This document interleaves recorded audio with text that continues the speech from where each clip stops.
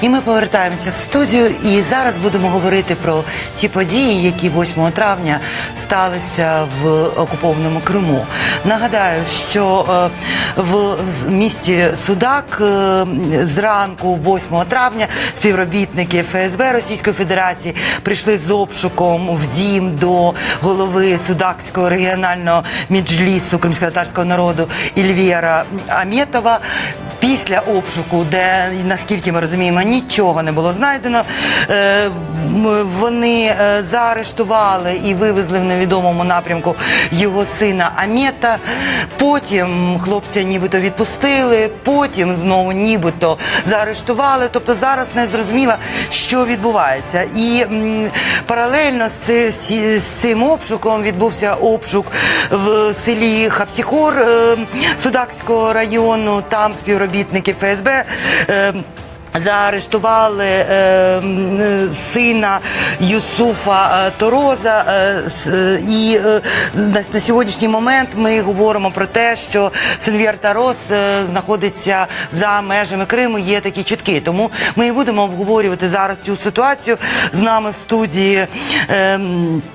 в студії Олександра Матвійчук, правозахисниця Центр громадських свобод, і Ескандер Барієв, член Меджлісу кримськотатарського народу. Доброго дня. Я не знаю, чи доброго, але от є ситуація. Знову обшуки. Знову оці дивні, тобто тут є в чому момент, що під час цих обшуків, що в родині Торозів, що в родині Аметова нічого не було знайдено в принципі, але люди, діти були заарештовані, тобто діти господарів дому. Як це пояснити? Но здесь то, что проводятся различные репрессивные действия и систематически, это однозначно. Они были и в апреле, они были и в феврале, и в марте. Но дело в том, что после решения Международного суда ООН, промежуточного решения, где как раз-таки и стоит четкое требование к Российской Федерации о том, чтобы отменили решение Верховного суда Российской Федерации о запрете Меджлиса, то есть дали возможность Меджлису работать. И при этом здесь то ли это совпадение, то ли это зондирование оккупационной власти, то ли это, проверка, определенных тех, как отреагирует международная общественность, как отреагируют правозащитники, как отреагирует сам Меджлис. Потому что якобы по анонимной записке проводились и не только обыски, о которых вы сказали, в том числе и рейды в местах компактного проживания крымских татар. И поэтому здесь я бы сказал о том, что действительно, возможно, они со своей стороны проверяют, как отреагирует общественность, но со своей стороны я считаю, что это как раз-таки прямое нарушение промежуточного решения Международного суда. У нас на зв'язку з нами батько Амета Аметова, Ильвер Аметов с Крыма. Доброго дня. Здравствуйте, Ильвер Ага. Вы нас слышите? Здравствуйте. Да, здравствуйте. Скажите, пожалуйста, у нас очень противоречивые сведения относительно того, что произошло с вашим сыном. Были сначала сообщения о том, что он арестован, потом о том, что он отпущен, потом о том, что он опять арестован. Объясните, пожалуйста, где сейчас находится Амет? Амет сейчас в данный момент находится дома. Скажите, пожалуйста, что, как-то ему пояснили, с чем было связано его задержание, и вообще, что это такое? Вы знаете, я на этот вопрос не смогу просто ответить, я не знаю, что ему предъявляли. Утром его забрали, увезли оттуда, а как-то в Ялту возили, что они там делали, я не знаю, но к утру, 3 часа утра он пришел домой, его, оказывается, привезли здесь на такси, что ли. И я оплатил за такси, его просто выпроводили с МВД там Ялтинского. А что там было, так я понять не могу. Скажите, а когда проходил обыск в вашем доме, они искали, то есть вообще кто был фигурантом, на кого был выписан ордер, на Амета или на вас? У кого они искали? Нет, извините, но они же прошли беспредельно, они ничего не предъявили, словесно мне сказали, что это незаконный оборот наркотиков и оружия. Вот. Словесно сказали, никакого документа, ничего не показали, они все были в масках. Только один старший у них был без маски, который со мной разговаривал и говорил, что не беспокойтесь, все нормально, вот сделаем обыск, ищем у вас наркотики и оружие. Вот, обыскали, ничего не могли найти, но у меня же музей, оружия много, аж в средневековье все. Вот. Да. И забрали сына и увезли в тот день. И не сказали, что, как, чему. А потом в 9 часов его вернули опять. А на утро опять забрали. Спасибо, я поняла. Скажите, пожалуйста, еще у меня один вопрос. Вы подавали какие-то жалобы на действия сотрудников правоохранительных органов российских? Куда-то обращались по поводу того, что обыск был без предъявления ордера, что было произведено задержание, непонятно по какой причине?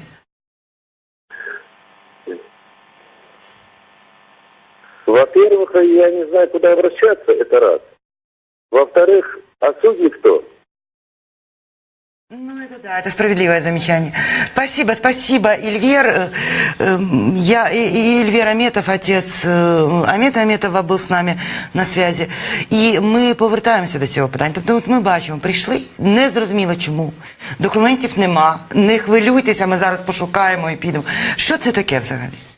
Це реалії буття авторитарної держави Російська Федерація, яка після окупації Криму цю практику грубих порушень прав людини, де абсолютно нема до кого звертатися і кожен беззахисний перед державною репресивною машиною, перенесла на окупований півострів.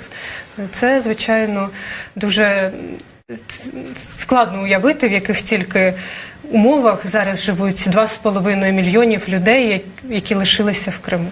Ну, в этом случае, я думаю, исходя из собственного даже опыта в этом вопросе, понятно, что у Эльвира Ага, кстати, это не первый обыск, и я все-таки больше склоняюсь, вот даже после того, как мы пообщались, больше склоняюсь к тому, что это очередное запугивание и очередная проверка после, опять же, промежуточного решения Международного суда.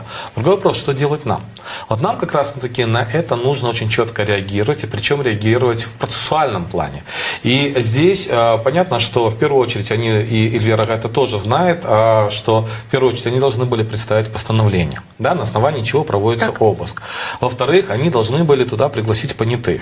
В-третьих, они должны были допустить адвоката, потому что, в принципе, Эльвира Ага достаточно социально известный человек, достаточно активный и достаточно уважаемый не только в своем регионе, но и в Крыму в целом. И поэтому они это не провели. То есть они нарушили саму процедуру, само законодательство Российской Федерации. Поэтому с нашей стороны, мало того, вывезли ребенка, сына. Причем вроде бы они, как мне стало известно, они якобы по какому-то анонимному письму проводили вот этот рейд и проводили обыск с целью поиска наркотиков и так далее. У уважаемого человека, у такого как Эльвир Аметов, но понятно, что они заведомо знали. Я хочу зрозуміти, а це взагалі можливо так проводити по анонімці? От для Росії, наскільки це притаманно? Согласно российского законодательства, на анонимку они реагируют. Это в украинском законодательстве на анонимку не реагируют. Согласно российскому, да. Но в любом случае у них должны были быть основания для проведения вот этих процедур. Но у них этих оснований не было. Поэтому это можно расценивать или как очередной какой-то захват, или какие-либо действия и так далее. Поэтому в этом случае, опять же, нам нужно в процессуальном плане реагировать на эти случаи для того, чтобы вводить и наполнять кейс до міжнародних судів. Пане Іскандер, це питання, от саме по цьому обшуку, чи воно буде представлено в Міжнародному суді як доказ того, що Росія не виконує рішення? Здесь одна есть сложная проблема во всем том. Мы, как правозащитная организация, как Меджлис крымско-татарского народа, мы можем инициировать, но в первую очередь должно быть, если что, меня Александр поправит, потому что Александра очень много лет работает в правозащитной деятельности, но все-таки должно быть заявление от пострадавшего. И здесь наша задача в этом плане проработать. Проработать с семьей Эльвира Ага. Эльвира Ага я очень хорошо знаю. И опять же, Но судя по тому, что в Крыму многие знают Илья Рога, насколько он смелый, активный человек, и судя по тому, что он даже преподнес о том, что 2 раза забирали сына, что с ним делали, куда его отвозили, это говорит о том, что, скорее всего, было не только не знаю, но во всяком случае было какое-то давление на сына. И поэтому здесь, опять же, это процесс коммуникации с пострадавшими и, соответственно, дальнейшая проработка. Я думаю, мы над этим в любом случае будем работать все вместе, и однозначно мы должны любой такой факт фиксировать, чтобы это ложилось в общий кейс. Пані Олександра, в мене питання по другому затриманому в цей день серверу Торозу. Він був, наскільки я розумію, вивезений з території Криму. Ну, це викрадення. Викрадення? Це, по суті, викрадення, і органи державної влади, які займаються питанням Криму, мають відкрити кримінальну справу по викраденню людини, тому що за міжнародним гуманітарним правом, за Женевськими конвенціями, держава-окупант не має права перевозити людей, які проживають на окупованій території, на свою територію. Росія постійно це порушує. Ми дивимося, де відбуваються суди над затриманими кримськими татарами, які обвинувачені у сфабрикованій справі в тероризмі, де відбувалися суди, до речі, затриманими в травні Олександром Кольченко, Олегом Сенцовим, Олексієм Чернієм, теж на території Російської Федерації. Там вони зараз відбувають свої вироки. Це викрадення, це треба реагувати, і в меморандумі, який Україна має готувати до Міжнародного суду ООН, про переслідування на основі етнічної дискримінації, мені здається, ці випадки також мають мати місце, бо, на мою думку, ось це залякування, про яке говорив Ескандер, це показує демонстрація, що будь-хто, хто належить до кримсько-татарського народу, може бути заарештований, може бути викрадений, до вас можуть прийти з обшуками, поки кримсько-татарський народ не припинить ненасильницького спротиву. У мене є, знаєте, яке питання? Росія постійно говорить, що немає переслідування саме за етнічною ознакою. Але їх правоохоронці, чи я не знаю, як назвати цих людей, вони здійснюють затримання в місцях скупчення. Обличчя неслав'янської національності, вони так називають це, і вони говорять, що це в них такі планові мероприятия. Я хочу зрозуміти, хіба це, от саме за такою формулюванням, затримання людей на базарах, в містах, десь там, в громадських містах, кафе, хіба це, кафе, так, хіба це не є якраз переслідуванням за етнічною ознакою? Окупаційна поліція дійсно використовує етнічний профайлинг, і от те, що ви розказуєте, це доволі поширена практика, але це треба довести, і це буде одне з таких складних речей українській стороні, тому що треба показати, як від переслідування за позицію, за політичні погляди, ця репресивна машина перейшла до дискримінації на етнічному ґрунті. І, в принципі, коли ми дивимося список постраждалих, то там є досить відомі люди на різних рівнях, представники кримських татар. Є люди, які так навіть не зрозуміло, чому вони стали цією мішенню. І єдине пояснення якраз в тому, що це сигнал, хочу ще раз повторити, для залякування всього кримсько-татарського народу. У мене, знаєте, яке питання я постійно задаю, я не можу отримати відповіді. Чому вони судять кримських татар за межами Криму? Чому вони вивозять їх на материкову Росію, отуди? У меня есть ответ на это. Дело в том, что, я думаю, сегодня в числе оккупационной власти, в том числе представители именно репрессивной машины оккупационной власти в Крыму, те, которые работали еще в крымские времена, вернее, в украинские времена в Крыму. И всегда, и многим из них известно, насколько все-таки консолидирован крымско-татарский народ, и насколько он всегда реагировал на убийства или аресты крымских татар. Это было еще в украинские времена, но это не было настолько вот так часто, так системно, как это сейчас проводит оккупационная власть. И поэтому я думаю, и кроме того, те последние случаи, когда во время обыска люди, соседи, даже не соседи, и, допустим, с соседних районов, если узнают, что происходит на самом деле, то они стараются приехать, во всяком случае, поддержать хотя бы своим присутствием. Это нормальная практика, это нормальная ненасильственная практика защиты друг друга.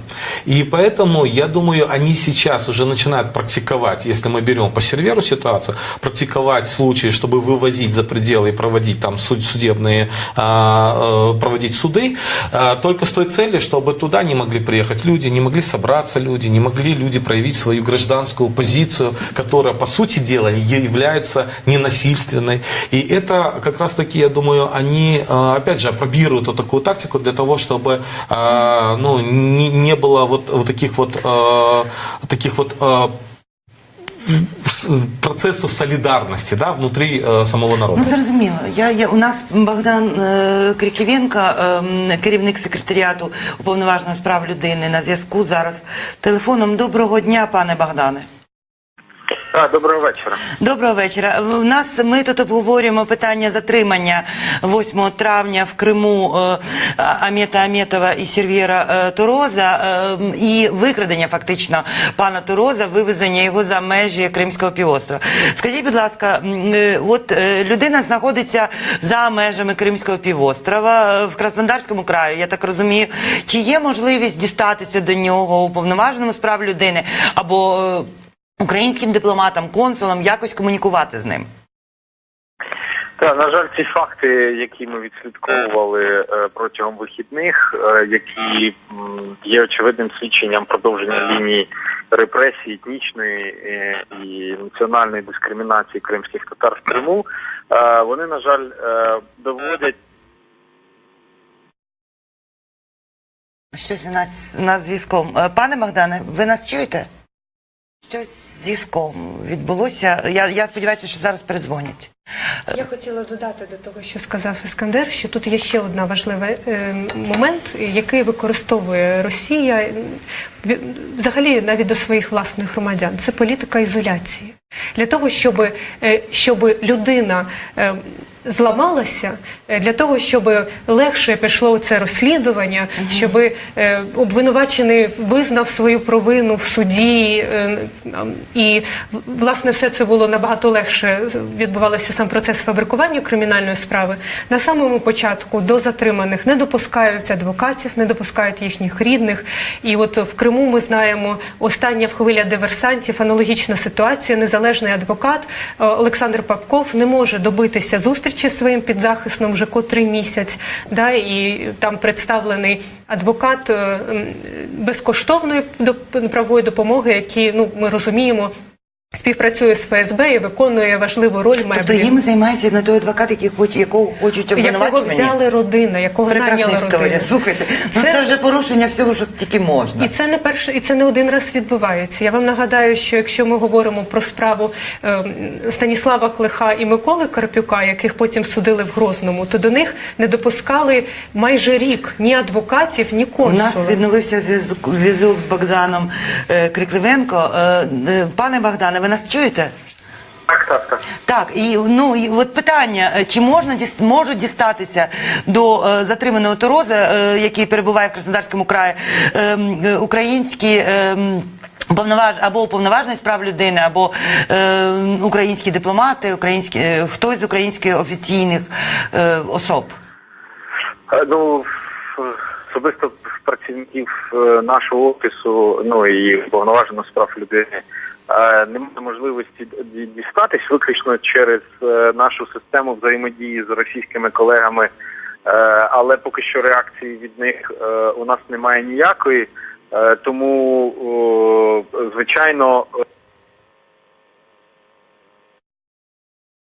Щось у нас з зв'язком сьогодні незрозуміле робиться, ми не можемо почути відповідь. Ну, добре, дивіться, я хочу ось що спитати ще. коли от ми говоримо, що людина в ізоляції, людина вивезена, вона насправді дійсно відчуває себе самотньою, без підтримки. В такому стані вона більш є ймовірності, що вона піде на співпрацю. Але ж питання, вони все одно фабрикують ці справи. Ви знаєте, тут я би сказала, що якраз з кримськими татарами ми такого не спостерігаємо.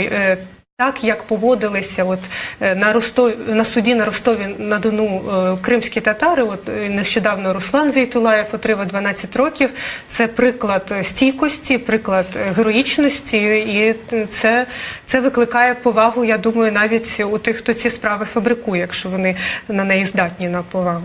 У мене питання, що ми можемо робити в такій ситуації, бо це по кожен раз я розумію, що відчувають люди там, але тут в мене, коли я читаю про це майже кожен день, це відчуття безсилля. Такого, Його треба долати, і треба розуміти, що це гра вдовгу. Ніхто з нас, скільки ми працюємо вже 3 роки, ми не можемо нікому, ні рідним, ні собі гарантувати, що прямо завтра всіх їх відпустять. Це гра вдовгу, і багато чого залежить не від нас. Але є те, на що ми впливаємо. Ми впливаємо на те, щоб про цих людей не забували. Ми можемо і маємо тримати це постійно в пріоритеті інформаційної повістки дня. Ми маємо можливість впливати на те, щоб це було завдання міжнародних організацій, нагадуючи і ООН, і ОБСЄ, і Раді Європи, Європейському Союзі, через різні інструменти, які вони мають. Нещодавно була прийнята резолюція в Європейському парламенті про українських політичних в'язнів, окупований Крим, і вони там вперше перерахували не просто Олега Сенцова, Олександра Кольченка та інші, а цілу низку імен. Не там вичерпну, була істерика у росіян, не вичерпну, але все ж таки багатьох назвали. І це теж, на що ми впливаємо. Пане Іскандер, ви мали відношення до прийняття багатьох резолюцій міжнародних по Криму і по кримській ситуації. Наскільки змінюється ставлення на Заході до розуміння того, що насправді відбувається? Я думаю, что ко всем этим к резолюциям, ко всем этим процессам имеет отношение прямое и Александра тоже, и ряд, скажем, и политиков, и правозащитников, и МИД Украины.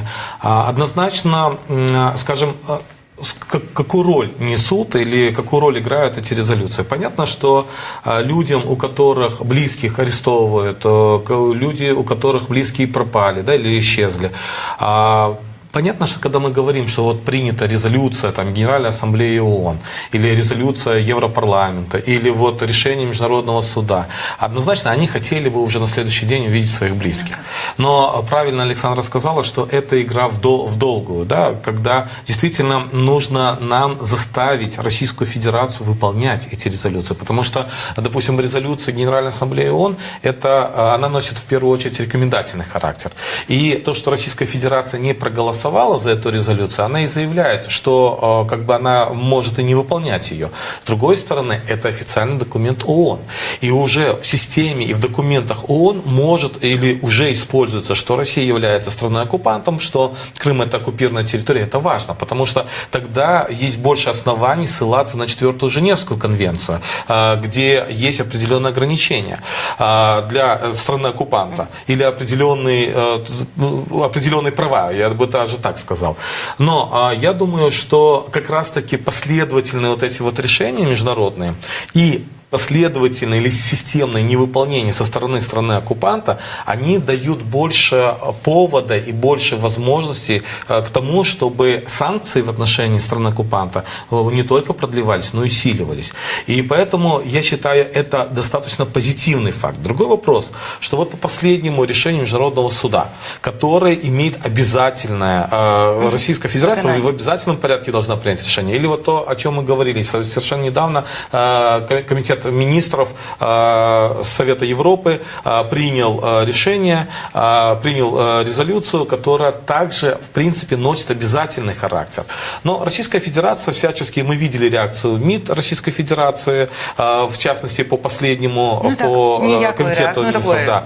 Но при этом При этом мы должны еще раз или много раз демонстрировать всему миру, что Российская Федерация игнорирует международное право, что Российская Федерация, будучи субъектом этих организаций, не выполняет их. И таким образом мы должны продолжать давление на Российскую Пане Федерацию. Іскандере, у нас залишилася буквально хвилина. Я хотіла би задати ось яке питання. У нас в ефірі була Євгенія Андріюк, і вона пояснювала, вона говорила, наскільки що Російська Федерація намагається створити для кримських татарів і для Меджлісу імідж таких екстремістів, ісламський тероризм, щось таке. Тому і справи були такі: екстремізм, тероризм. Зараз ми бачимо наркотики. От наркотики, зброя, це, я хочу зрозуміти, це зміна якоїсь такої парадігми. Тепер вони будуть запевняти і іноземних дипломатів, що кримські татари є ким? Наркоманами? Що це?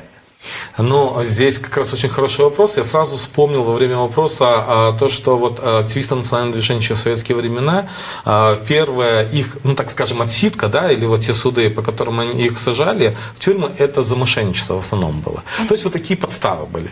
То есть в этой ситуации мы видим, что они пытаются менять. Вот не прошло у них просто выйти или назвать Меджлис, представительный орган, экстремистской организации. Не получилось. Получили решение Международного суда. У них не получается показать из крымских татар экстремистов, исламистов, которые несут угрозу там всей Европе. Не получается. Ломается это дело. Ну, соответственно, нужно в том числе и показать, что это еще и преступники, которые занимаются наркоторговлей и так далее. Хотя, кстати, ко мне в дом тоже приходили искать наркотики.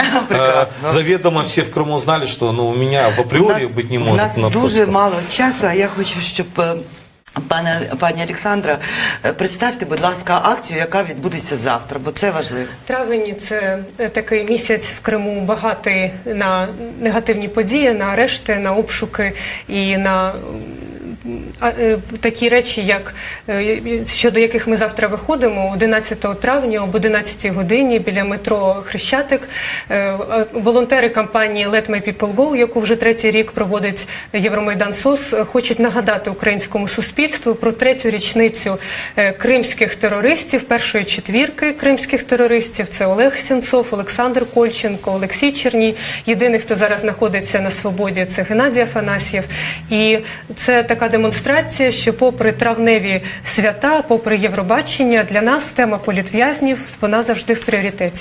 І якраз 12-го ще Бахчисарайська четвірка була. Так, це дуже слушне зауваження, що 12 травня, через рік після Кольченка, Сенцова, першої четвірки було заарештовані Бахчисарайська четвірка, тому приходьте на акцію. Я з вами прощаюся. Після невеличкої перерви Осман Пашаєв і Оксана Денісова продовжать для вас програму «Бугунь». Подякуємо нашим гостям Олександрі Матвійчук та Ескандеру Барієву.